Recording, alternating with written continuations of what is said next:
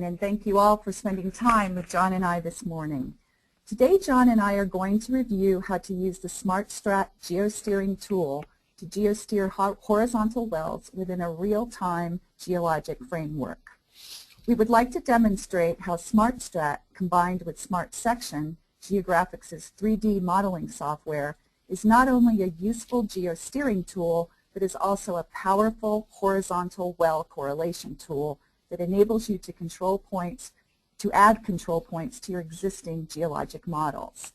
This workflow not only provides you with additional insights into the stratal geometries and lateral extent of your productive drilling targets, but it also increases the effective well density in your study area. Hence, the combination of these two tools can help you not only geosteer, but can also improve the accuracy of your geologic interpretations with greater efficiency. Today's webinar goals are to discuss the importance of geosteering within a real-time 3D geologic framework. We're also going to discuss the fundamental concepts that govern SmartSTRAT's geosteering workflow, and I'd like to outline the optimum workflow for using SmartSTRAT, which includes things such as building a vertical section, using the Options tab, how to use the vertical and horizontal panels to pick tie points on your lateral well, how to pick faults on your geosteered wells, and how to update your geologic model to predict future drilling targets. And finally, I would like to discuss how to share your geosteering results with remote sites. I'm going to start off by reviewing the details of how the SmartSTRAT tool works, and then John will perform a live demo to show you exactly how it is used. He is going to apply the concepts and workflows I introduce, so please don't worry if the concepts I discuss at first seem a bit overwhelming.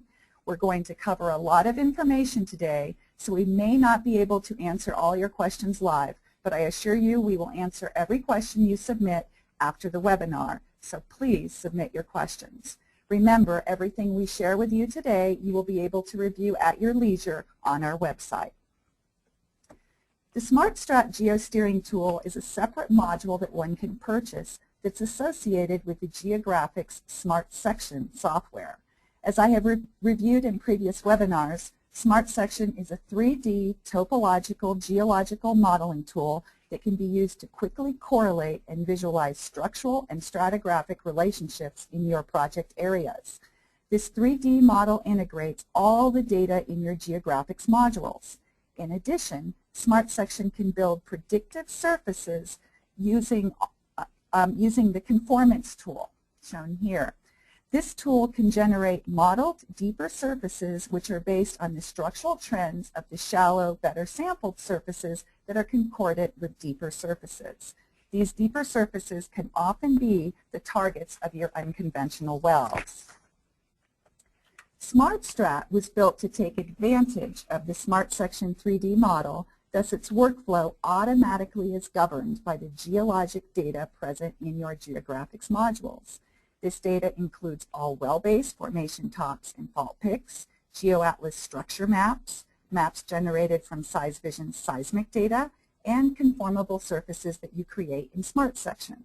This tool, therefore, gives you the ability to not just geosteer a wellbore path based on outside data, but to geosteer within an environment that you have full control over, and more importantly, you can use a tool that will automatically refine and update your geologic model for the next well on your drilling agenda.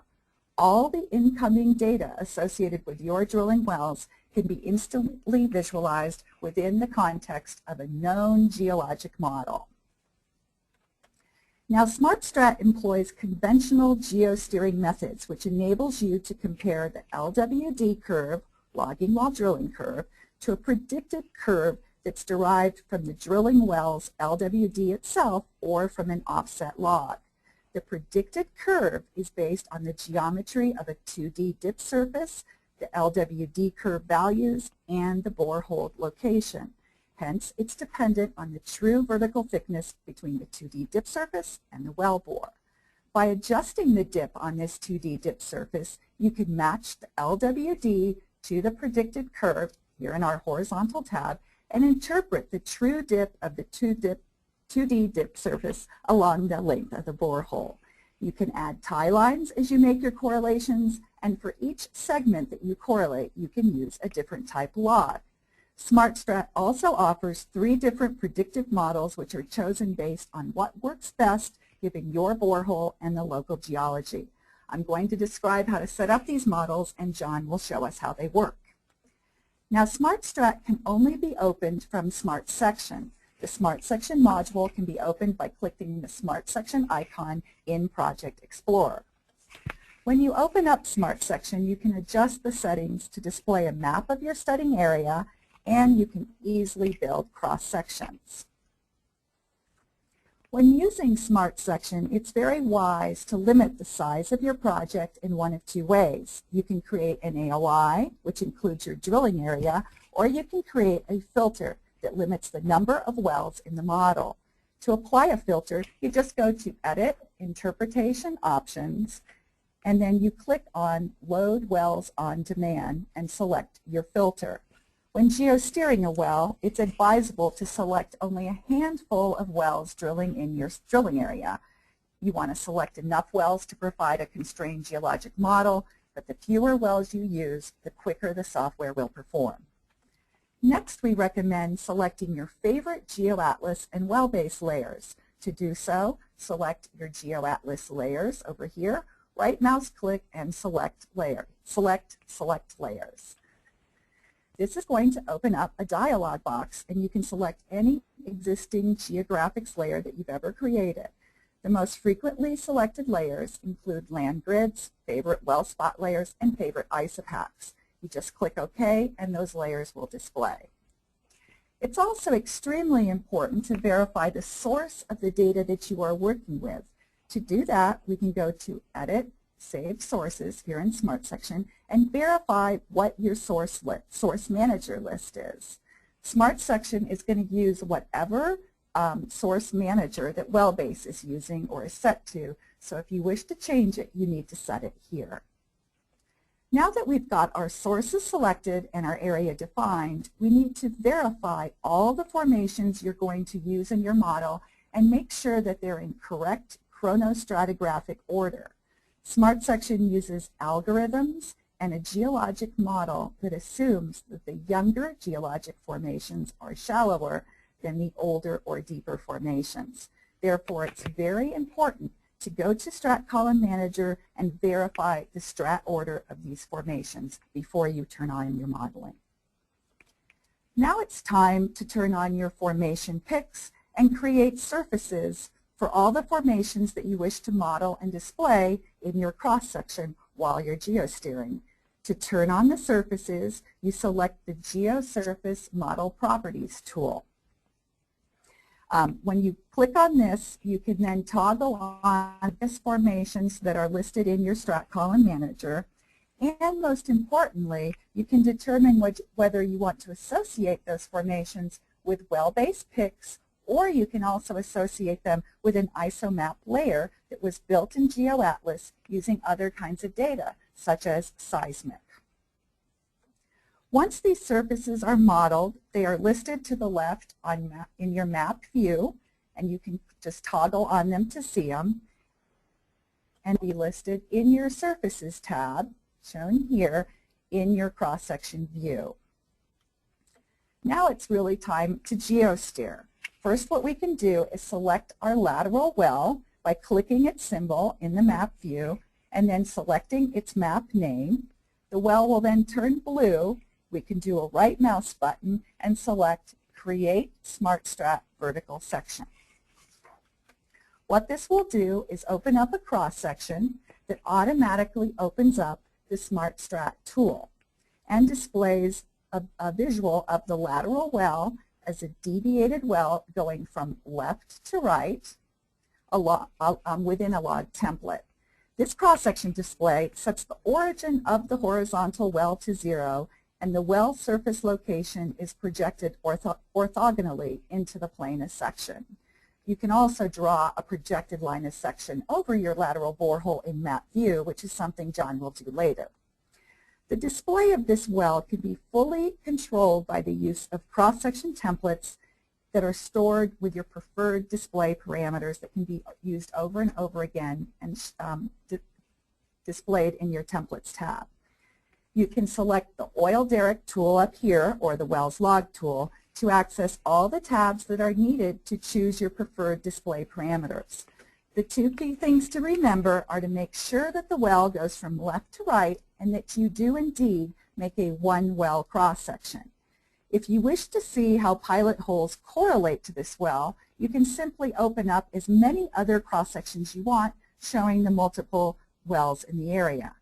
Remember, because you're geosteering within a 3D model, the surfaces that are intersecting your one well here come from all the picks that are made in the surrounding wells. So the actual presence of a specific well is not needed. Along with this vertical section, along with the main display or vertical section, you will see a horizontal panel which displays your LWD curve in red and a predicted curve in blue. And we also have a vertical panel which will display various curves such as your LWD curve, the TBD of the type log or offset log, and you can basically choose these in your SmartSTRAT options box. Now the SmartSTRAT options box is the control center for the geosteering model. You will use this for creating your model, and it's where you pick the surface that is going to be your 2D dip model surface. It's where you can pick the surface, choose what factors will govern your predicted curve, and set all the drawing parameters for your geosteering efforts. I am going to briefly review the contents of each of the option tabs and explain how they relate to the geosteering model. The Models tab is our first tab, and it displays the unique well ID for the well that's going to be geosteered. This is automatically input when you create your vertical section. Here you can also select from your list coming from Strat Column Manager the formation top that you wish to use and base your 2D dip surface on.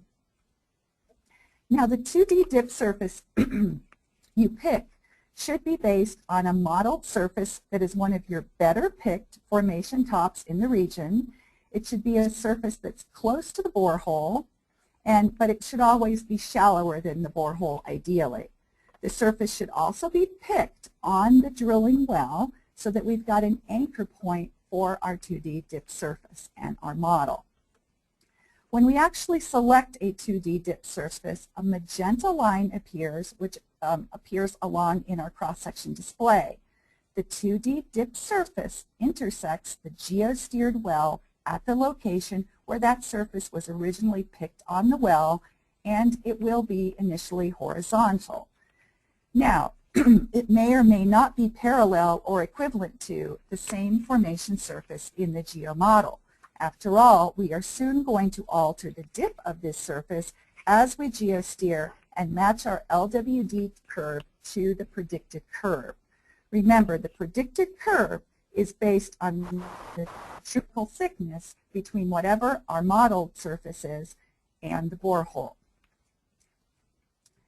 The 2D dip surface line will be interactively modified and offset as the dip and fault offset values are adjusted to create matches between our LWD curve shown in red and our predicted curve shown here in blue. And John will show you examples of how this works. Now in the models panel, you can also apply a previously created GSX model or a geosteered model that you've created for another well or this well. It is here that you can load or save your geosteering information, and you can even email this GSX file to a person working remotely so that they have that particular well up on their screen and SmartSTRAT. They can load this GSX and see exactly the work you have done. One can also add multiple attempts at geosteering or correlating by using a new, fresh 2D dip surface, and you can save all the iterations of your correlation attempts. So that's very handy. The second tab is the tie points tab. Here we can manipulate the slider bar, shown here, to change the dip angle of your 2D dip surface until we correctly correlate the LWD curve to the predicted curve. We recommend that when you start the correlation process, you click on the Model Dip button. This will set the original dip of the magenta line, or the 2D dip surface, to be equal to the dip of the equivalent geological surface at that point, where it intersects the borehole path, namely the location where that formation was first picked. It's also here that we are going to see the results of each tie point and each fault that we insert along the geosteered well. You can also set the interval thickness of the type log you wish to display in your vertical panel display. We can also select an offset tab in, an offset log in our tie points tab. If we choose an offset log, the GeoSteering model will take the offset well's gamma ray curve to make the predicted curve. From that point forward, the model uses the offset type log for all of the geosteering purposes. While geosteering, you can actually alter between the drilling log and the offset log. To use the offset log, all you need to do is click Load Type Log, select the Use Well TBD type log, choose a filter or not to narrow down your list of wells, and then that particular gamma ray is what's going to be used. You will actually see the results of this shown here below. And again, this will use the gamma ray from the offset log and insert it into our vertical and horizontal panels, and we can use it as the comparison to the LWD curve drilling in our well. We can also alter various aspects of this well's display by making adjustments to these slider bars, where we can read its scale, its offset, and even normalize the curves itself.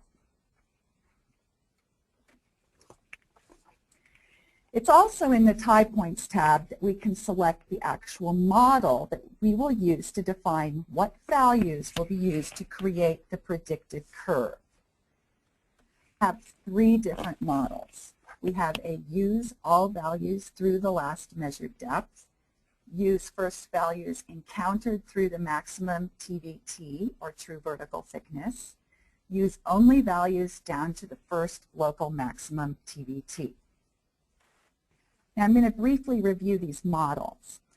The use only values down to the first maximum TVT only reads and uses the gamma ray section in the drilling well down to the first local maximum true vertical thickness point. The only time you would probably use this model is when you're drilling a toe-up well, so that when the heel or the sump point is the deepest part of the well. In other words, the well is drilling up through previously drilled stratigraphic horizons and is not drilling into a stratigraphically deeper part of that section. The second option is use the first values encountered through the maximum true vertical thickness. This model is used best if you have a well that is porpoising up and down and you have multiple maximum TVT points. When you use this option, the predicted curve will use only the first occurrence of the log values relative to the dip surface, shown here in green. You will not see repeated section where it porpoises up in your vertical panel because the segments in black are not the first local occurrences. Therefore, it will not create a folding back effect in the vertical panel because only unique values are being used. The final model is use all values through the last measured depth. This creates a detailed predicted log because all the log values along the full length of the wellbore are being used. The disadvantage is that if the borehole is porpoising up and down relative to the 2D dip surface, it's going to create a TVT type log that is going to fold back on itself, making it very difficult to use for correlations in the vertical panel. John will probably show you an example of this. Now I assure you that experience with this tool will enable you personally to determine quickly which model to use depending on your geologic scenario. Now the line of section tab controls the layout of the line of section or the cross-section view. You can manually enter the parameters for a line of section here, or you can just simply create the line of section in Map View by clicking two spots on the well. If you should want to change the strike of the line of section at any time in map view, just make sure that the Allow Editing of Line of Section on Map option is chosen. Now the Curves tab lets you choose the specific LWD curve to be displayed in the horizontal section. Most of the time it is the gamma ray curve that we're going to actually choose and use, but if you do have something else, you can select it here. This is also where you set the scale for the gamma ray curve as it appears in the horizontal panel. It's very useful to look at your scale on the original log and enter those values in the log scale fields here in order to use and optimize the appearance of your curves in both of the horizontal and vertical views. I've noticed when clients call in and their curves are all over the place, it's often because they do not have the correct curve scale set up in this location. The Display tab controls the colors of the wellbore annotation in our vertical section. These are fairly self-explanatory. However, I find that the most useful are the minimum and maximum TBT points, because they are the ones that actually show the inflection points or changes in the dip on the lateral relative to that 2D dip surface. Remember, the 2D dip surface is always magenta by default.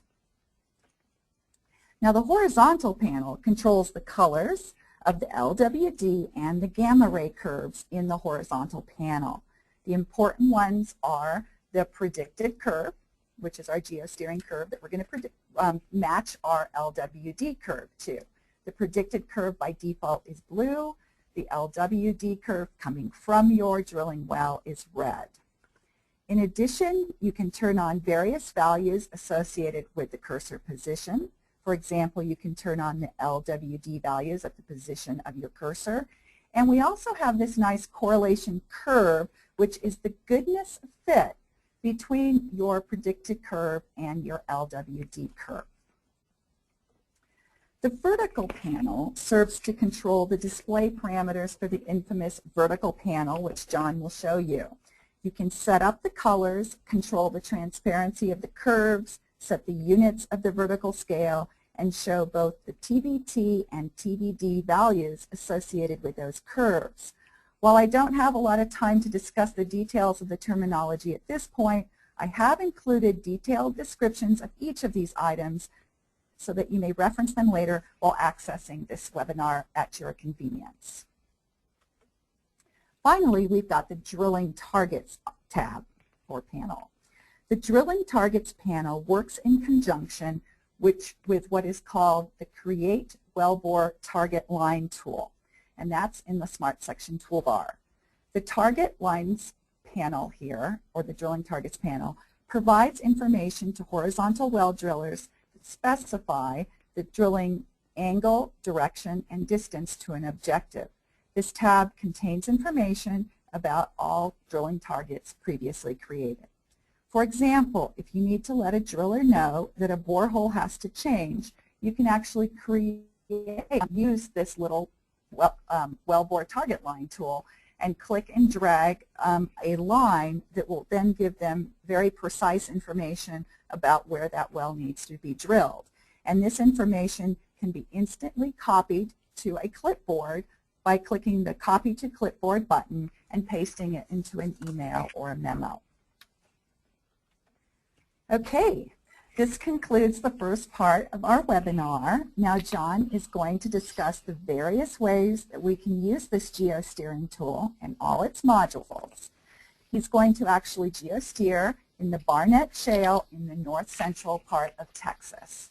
John, it's all yours. They're probably sick of listening to me at this point. Thank you, Bev. No, that was fantastic. Good morning, everybody, and thank you for attending this webinar. Beverly just disseminated quite a bit of information. I'm going to try to pull it together so that it makes some sense in terms of a live demonstration of this tool. So what we're looking at right now are a couple of windows. I've got this SmartSection main map view up showing one of the surfaces in the Barnett Shale play, and actually this is the top of the Barnett, this green contour map. And again, I want to emphasize that SmartSTRAT's embedded within SmartSection.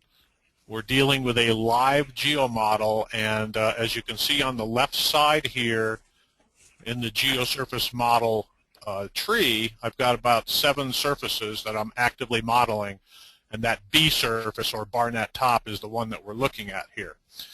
At the left, you can see the vertical panel of SmartSTRAT that Bev just talked about. On the bottom is the horizontal panel, showing you the area of the well down here in the lower left where the predicted curve was generated, and I'll talk about that in a second. And then on the right there, you see mostly blue and red where you have a predicted and an LWD, a little bit more generation of predicted, and then blue and red again. Okay, I'm going to go ahead and then the magenta line up here on the map is the location of the cross-section. I'm going to zoom in and want to emphasize again that I think the beauty of using SmartSTRAT is that you can geosteer and or correlate after the fact, if you like, your horizontal wells within that geomodel that is based on all of your well-based data. And in addition, these surfaces, as Beverly mentioned, can be based on additional data input such as XYZs from SeisVision or your seismic package of choice. They can be brought into the SmartSection geomodel. So what we're looking at here is a well that was spudded to the south. The surface location is over here in this area right here, and it's drilling up to the north-northwest. Okay? And as you can see, I just want to give you a little background here. This well starts out drilling, it starts out going horizontal or near horizontal over a slight nose in this B surface, and it's going more or less down dip at an angle to the actual dip azimuth, which is to the northeast.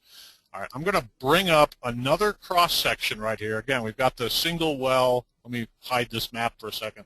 We've got that single well vertical section with SmartSTRAT fired up here. I've got an additional cross-section open. I'm going to drag it over from my other monitor. This is a cross-section I put together of about 8 wells in the immediate vicinity of the drilling well because I think it's very critical to understand the geology, obviously, in the area of the drilling well. And hopefully you have enough control to do that. In this case, I have a fair amount of control. This well is drilled. It's not one of the first wells drilled in the area, so I'm fortunate. What I've done in here is I've color-coded the well we're going to be steering / correlating in green here, and a pilot hole actually to the north that I'm going to be using as an offset type log during the geosteering correlation process. I've color-coded that in red, and hopefully you guys can see that this B marker here. Let me hang on the B mark here and actually zoom in on these two guys. We have a tremendous amount of control on that B marker. That's why I'm using that surface, and that's going to be my key surface. Okay. The other markers, including the target zone, are more or less concordant with that B, and I'm going to show you how I've set up this geomodel. Okay, I've hung on that. I'm going to grab this log and drag it over slightly and rehang so you can get a good look at these correlation markers, agree or disagree. The target zone is down here in the pilot, and you'll notice I've got this M3 marker right here I'll hang on. This is the area in here that the steering is going to take place in. So I just want to give you guys a little bit of background on that. Let me move this guy over here. Okay. I have not shown those markers, but here's the geomodel in the vicinity of the drilling well. This is the vertical section. We've got the B marker is here in green, C, D, and E. Now, I've set up, let me grab my control panel here. Go to the Models tab. I've set this model up off of the B surface, which is that top Barnett. I have not done any geosteering or correlating at this point, and I've got that magenta 2D dip surface in its initial configuration. Drag the control panel back over, go to tie points. The initial configuration is one huge segment with a dip of 0 degrees. So here's what's going on here. I'm going to zoom in a little bit so we can get a little bit closer look at exactly what's happening and what you're seeing. Okay. Right here on the cross-section, we have a little orange dot, and that is the point that Beverly mentioned, the first local maximum true vertical thickness relative to that magenta 2D dip surface. Okay? And in this case, the initial configuration of that 2D dip surface does not match what our well control in this area tells us is the actual geology. Again, these beds are tending to dip a few degrees to the northeast, and that's what we're seeing here in the GeoModel. So the first thing I'm going to do, and I'm going to be dragging this tab back and forth, so hopefully that won't confuse anybody, dragging it from my other monitor. The first thing I'm going to do is I'm going to grab the dip slider here in the control panel. I'll be doing this off screen. I'm going to drag the dip slider, and I'm going to attempt to do an initial correlation in here. Okay? So again, what we're seeing is predicted curve being generated along the drilling well. That's why it's purple. It's because we're actually seeing the overlying of the red LWD gamma ray and the blue predicted curve. So in this area here, we're generating predicted curve. Once we hit that first local maximum, the curves split, and we get the predicted and the observed.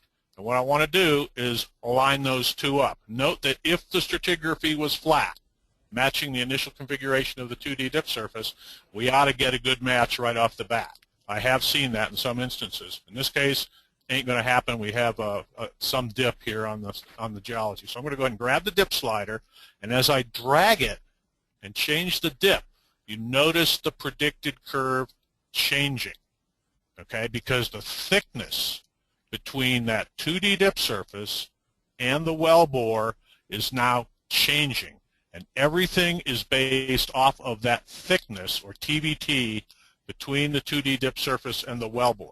So gamma ray values observed at a given thickness on the way down are put back out as the predicted curve at the same thickness on the way up stratigraphically.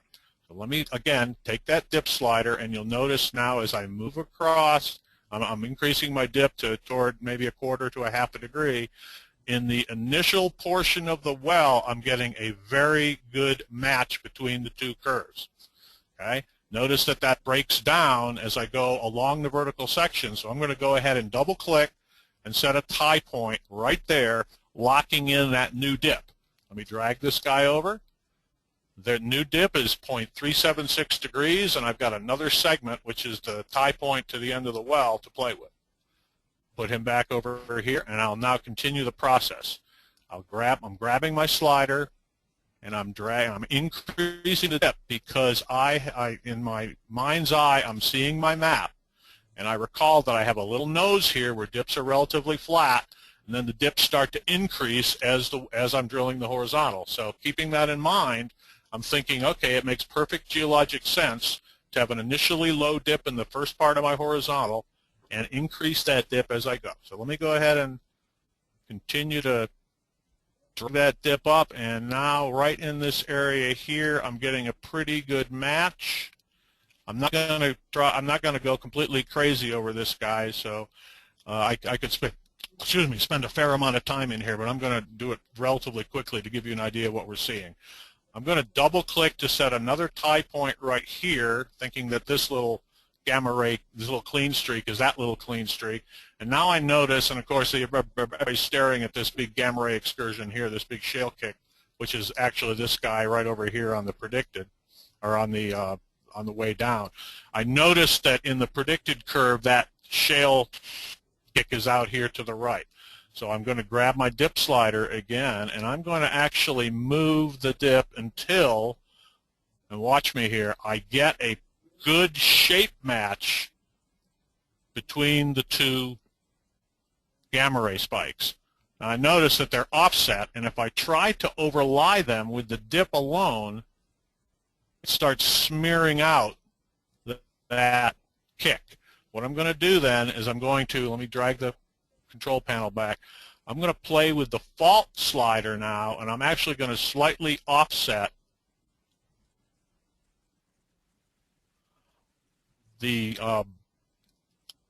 horizon, the predicted curve, or I'm sorry, the 2D dip surface at that point. And you notice it only takes 1.5 feet of offset to get a beautiful match there between those gamma ray spikes. And I could tweak it a little bit more. I could play with the dip to change the shape, and I could play with the offset slider. And whether or not there's truly a 1 or 2 foot fault there, we could debate. It's also possible that we're simply seeing a discrepancy in the actual position of the well because we're maybe between survey points. For example, if you're only hitting your survey points every 90 feet, you may be a foot or two off in between them. In any event, I've got a good match here, and I'm going to set a tie point in the middle of that shale. I'm going to tweak the dip slider again. Notice I've got that gamma ray excursion here showing up. I'm going to grab my pan tool and start moving along the cross section. I notice a clean streak here in the predicted curve and a clean streak here. I'll go ahead and set a tie point at that point, and I'll go ahead and drag the dip or change the dip until I get a relatively good match right in here.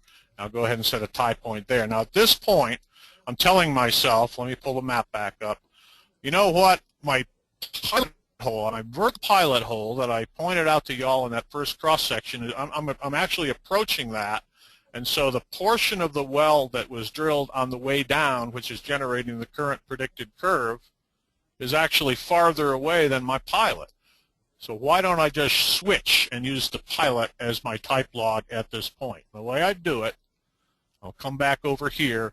I've got a load type log button right here. I click on the load type log button. I want to use a TVD type log. I've got a filter created of the wells in the immediate area. I'm going to grab my vertical. That's the vertical actually right there. And now the predicted curve outboard of this tie line is generated by the vertical pilot well. I'm going to go ahead and zoom in a little bit. There we go. And I'm going to take my dip slider one more time. Before I do that, let me go back. Let me go actually to the vertical panel, which I haven't discussed, which Beverly promised many times I would. And I'm going to go ahead and show you how this thing works. What we're looking at in the vertical panel, three things. In red, the new log, the vertical pilot that I just brought in. In green, the type log generated from the local well. In blue, what we call the active segment. That is the segment of the log that I've actually clicked in. In this case, it's everything from the last type point to the right. Okay? The first thing I'm going to do here is I'm actually going to go into this scale slider that Bev mentioned, and I'm going to tweak the, you notice we're hung up here on the B surface, correlations are good up here. I'm going to go ahead and tweak the scale until I get a pretty good match in the area of the actual target, which is down here in the lower part. I'm not concerned with the correlation in the upper part of this well because we're not steering in the target zone up here. I care about it down here. And again, I used my TVD cross-section to establish these correlations down here such that I could get a good match. I think that's an important tip for those of you that are already using SmartSTRAT or those of you that are going to jump into it. Okay? Match those guys in the area where you're actually doing correlation. Now I'm going to grab the dip slide. I'm going to do this relatively quickly, and I'll show you a couple more things with the vertical. Now I'm going to go ahead and tweak the dip. And what I noticed when I was actually preparing this exercise, because there's always a bit of a mystery to me why this well bore in green here, this is the well bore, kick up at the end of the well. Well, when I actually used the vertical type log, the offset type log, and tried to get a good correlation, one of the better correlations I could get had the B surface, the 2D dip surface, if you will, changing dip and actually dipping up toward the toe of this well, as you can see here again. So now what I've done is I've gone ahead and configured that 2D dip surface based on my dips. Now, a couple of quick words about that vertical panel. Let me go back in. I'm going to zoom in. Okay. You notice that I created, zoom into a little bit earlier in the well where I was correlating. You notice I did most of my kind of large-scale correlation in the horizontal panel where I've got the entire vertical section kind of an MD view on full display. You can actually go in at any point when you're doing these correlations. I just clicked in this segment here. Over on the left on the vertical panel, I've got local type log, active type log, and in blue, the active segment. I'm going to zoom in there and show you how this works. I can come in, I can grab this active segment, and I can do fine tuning. I can tweak it by dragging that little red dot up and down until I get what I consider to be a perfect match. So I can zoom way in and nail that. If I think there's a fault in here, I can simply hold down the Shift key and it will translate that entire curve without stretching or squeezing because I'm not changing the dip. So you can use a combination, and I encourage you to do this, you can use a combination of the horizontal panel to kind of get the big picture correlation and the vertical panel as you move along to tweak these correlations. Okay? Now, a couple other things I can show you here. Over on the right of the Tie Points tab, I've got a Show Type Log checkbox. At any of these tie points, I can click and say Show Type Log, and it will actually take a piece of the type log and drop it on the cross section and carry with it little horizontal lines that represent the picks of the various surfaces on that type log copy. And I want you all to notice that in the upper or first tie points I created, I'm using the local well. As I drop down, I'm using that offset type log, and when I use that offset type log, I am not changing anything that went previously. All of my tie points, dip settings, faults, everything are locked in. So I can move along and I can have as many different type logs as I like as I move along in a given vertical section. Okay. Now, to tie this all together, we've been emphasizing the fact that this is all being done in this 3D geomodel that's created within SmartSection and is talking to Wellbase and any other data source that you might have. I'm going to go ahead and zoom out, and zoom into the business part of the well here, and what you'll notice is that based on these detailed correlations in SmartSTRAT, the B surface and the 2D dip surface are not the same, particularly in the mid part of this well. What SmartSection allows me to do, based on what we call the constraint setup, in which the B surface is actually set up to constrain the underlying C, D, and E surfaces, is I can add data to the geomodel in interwell space based on my SmartSTRAT correlations. Okay? And when I do this, what I'm going to do, gang, is I'm going to go ahead and I'm going to go to the Surfaces tab on the left, make sure my B surface is the active surface, go to the Tops Picking tool, and I'm going to pick interwell points along that 2D dip surface, which I now believe to be a better rendition of the B of the top of the barnett than I had previously. Okay? And what this is going to do, and you'll see it in map view, is add data to the cross-section, add data to the model. Here we go. So I'm going to click here, watch that B surface drop down.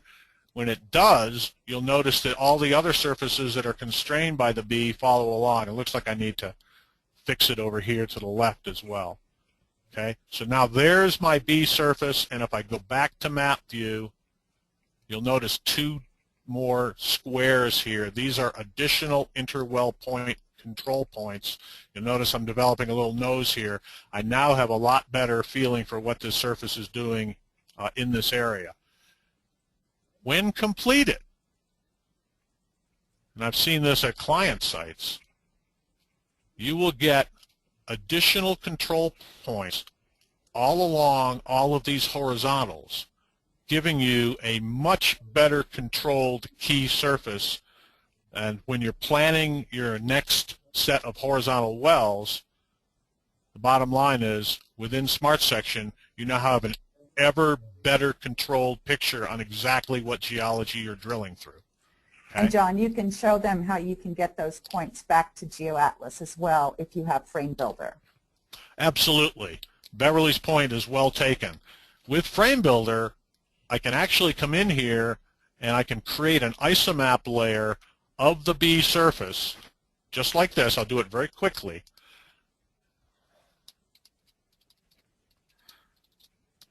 And most of you are going to be familiar with the dialog boxes that pop up here. There we go, and I'm just going to finish it. I'm going to pop over to GeoAtlas, which of course I neglected to open before the webinar. It'll pop up here.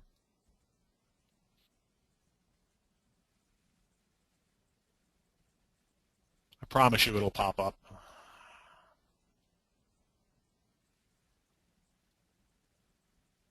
See?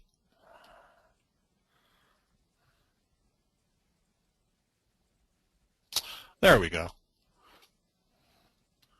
And I'll simply pop a new map up here with B from SmartSection 1, my well spots layer. So there's the isomap surface. And right in this area here, we have a couple of data points along the horizontal that I just correlated. These X's, these red crosses, if you will, are the additional data points. So a couple of options you have when you generate all these interwell data points. You can put them into isomap. You can actually grab these data points, drop on another layer if you like. You can also export the interwell data points using Query Builder, integrate those with, say, seismic XYZs and, of course, your well-based picks, and, again, get that final killer surface that you use for future correlation. Bev, anything that you can think of that I left John, out? you mentioned the word seismic. Could you possibly I mentioned the word seismic. Yeah. Thank you. Why don't you show them how you can get the seismic data? I just wanted to pop. We actually have a 3D seismic survey in the area of this Barnett example I'm showing you. So I just popped the seismic backdrop into SmartSection, so you can actually use your seismic, if you have it, to help you with your steering and/or correlation of your horizontal wells. Okay. Thank you, Beverly. No problem, John. We've got about 5 minutes left or so here, so I don't know if you wanted to say something else, or maybe the only other thing I wanted to point out right now is you had mentioned the target line tool.